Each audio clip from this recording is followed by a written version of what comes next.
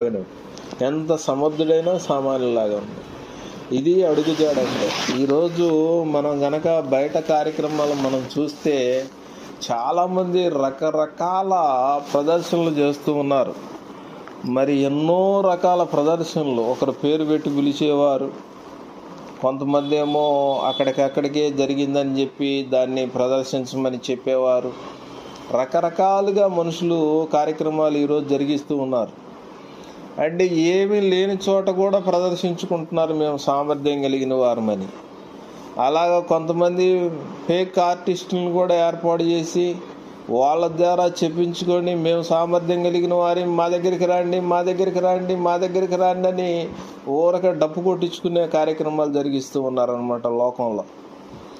కాబట్టి కొంతమంది నీళ్ళను ఉపయోగించడం, కొంతమంది నూనెలను ఉపయోగించడము, కొంతమంది కచ్చీపులను ఉపయోగించడము, ఇట్లా రకరకాలుగా తమ సామర్థ్యము మేము సామర్థ్యం కలిగిన వారిమి అని దాన్ని ప్రదర్శించడానికి కార్యక్రమాలు జరిగిస్తూ ఉన్నారన్నమాట ఈరోజు బయట ప్రపంచంలో.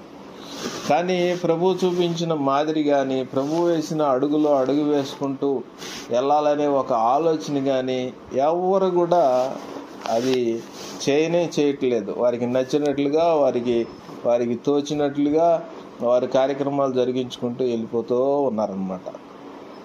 అందుకని సామర్థ్యం కలిగిన వాడు నాకు సామర్థ్యం ఉందని ఆయన ప్రదర్శించుకోలేదు.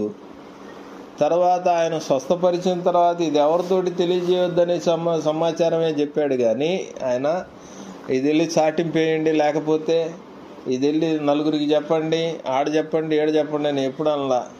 ఆయన స్వస్థపరిచినా కానీ ఆయన ఇది ఎవరికి మీరు తెలియజేయొద్దనే సమాచారాన్ని ఆయన చెప్తూ ఉండేవాడు అనమాట.